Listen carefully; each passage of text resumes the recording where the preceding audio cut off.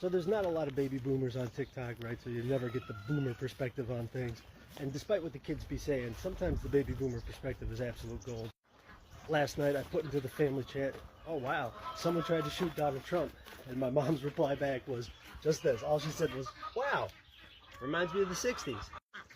My mom and dad would have been in 4th or 5th grade when Kennedy got assassinated. And then by the time they got out of high school, Malcolm X had been assassinated, Martin Luther King had been assassinated, Bobby Kennedy had been assassinated, Fred Hampton had been assassinated. These are just ones that happened in America that I can remember off the top of my head. Che Guevara gets shot in the same time period. Fidel Castro survives an assassination attempt every other weekend during those years. By the time they were in their 30s, Ronald Reagan, John Lennon, Anwar Sadat.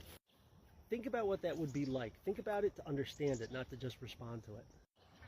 I think in their minds, it's just like, yeah, you get famous and, sometimes you just get murked for it. At this moment in time, there is no logical reason to call this political violence. We have no manifesto, we have no known motive. We have a Demolition Ranch t-shirt, we have $15 one time given to ActBlue, and we have registered Republican. That's it. If based off of that information alone, you have conjured up some sort of complex psychological profile of the guy in your head, you're an idiot. This is America. We are a gun-worshipping, violence fetishist culture. And in America, when people lose grip from reality and they decide that they want to do something big and do something crazy, it always involves a gun. Get up on a clock tower and start spraying into a crowd of strangers, or go shoot John Lennon. A manifesto or a motive might be found later, and then I'll change my tune. But if I were a betting man, I would bet that that kid shot Trump because Trump is famous, not because this kid has some sort of coherent political philosophy, goal, or strategy in mind. Violence is never the answer is a phrase that you're going to hear a lot today. I honestly don't know how I feel about that phrase. I think it's better to say violence is always a possible answer. It's just one that we are trying to avoid.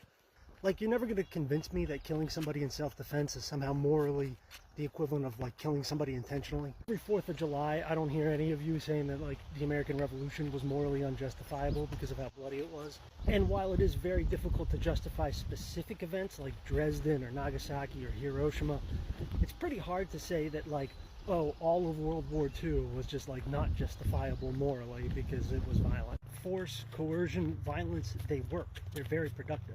And sometimes good, normal, regular, typical, everyday people use violence because they feel like it is the only answer available to them, not because they see violence as something good in of itself.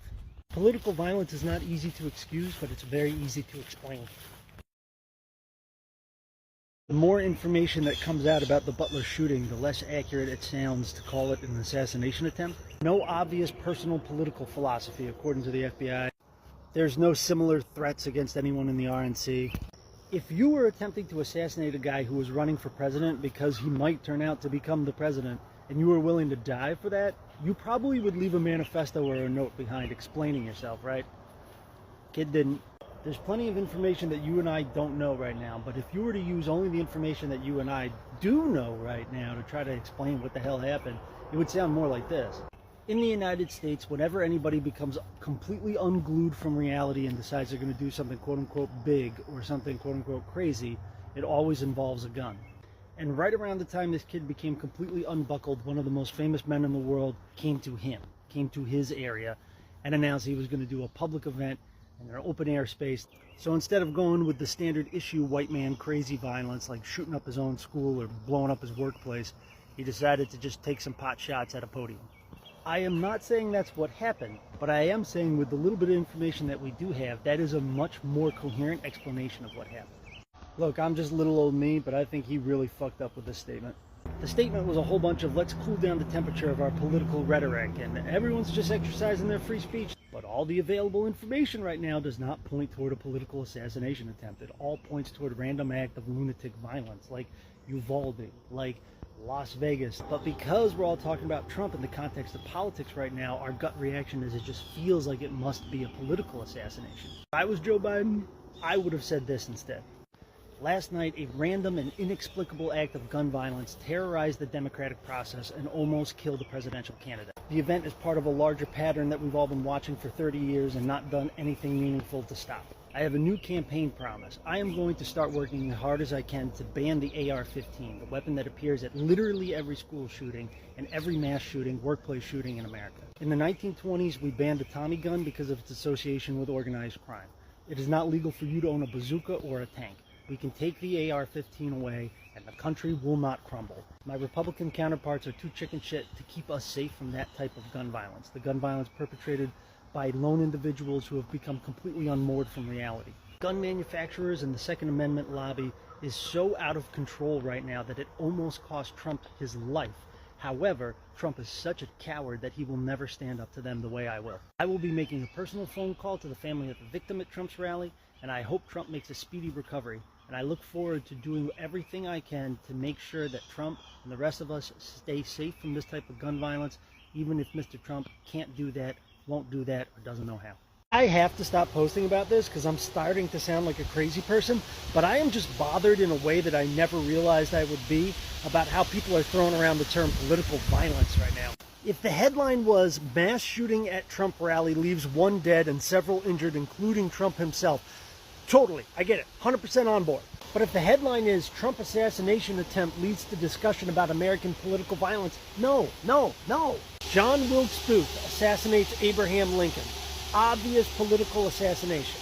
Mario Turan shoots Che Guevara. Obvious political assassination. New York City, 1980. Mark David Chapman is a huge Beatles fan. Then he falls in with like this Jesus-y cult. And one day, Chapman attends a service where he hears a pastor say the Beatles were evil because they said one day they'd be bigger than Jesus.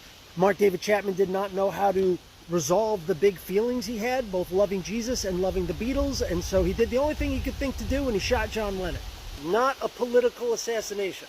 Or John Hinckley in 1981 shoots Ronald Reagan, and to this day, the only explanation he has provided is, well, I thought if I shot Ronald Reagan, Jodie Foster would like me. Not a political assassination, just good old-fashioned American kooky hyperviolence. This kid goes in the second group with Hinckley and Chapman. If this was a political assassination, we would know what the goal was, what the purpose was, what he was trying to achieve. If this was a political assassination, the kid's rifle would be covered in slogans and he'd be wearing a GoPro. He would have left a shooter's manifesto. He would have left a screen on Facebook, a rambling post on Reddit. There's no ideological motivation. This kid had no political strategy. That kid just wanted to die wild, and he wasn't even thinking or worried about what you and I would be saying or thinking about him after he had done it. If he did care, he would have told us all why. What are you fucking talking about? Now is the time to cool it down. Now is the time to crank the heat, max out the broiler, and put an end to this fucking horror show of an election cycle. How goddamn hard could it be? My fellow Americans, everywhere Donald Trump goes, carnage fucking follows. A young conservative radicalized by MAGA in the ecstasy of this blood orgy of a campaign did something that is completely inexplicable. But completely inexplicable is the expectation, not the exception with this Republican Party. Completely inexplicable is the only consistent pattern to Trump and Trumpism. How is a political machine that is so bizarre and so deranged that it causes mass casualty incidents to itself supposed to deliver us a country that can thrive and is worth living in? The shooting on Saturday shows us that nothing has changed. In fact, Trump has gotten even more bizarre. If he ends up in the White House, it's a January 6th every day for the next 4 years. How is that so fucking hard, Joe? How is it that hard to just tell the truth?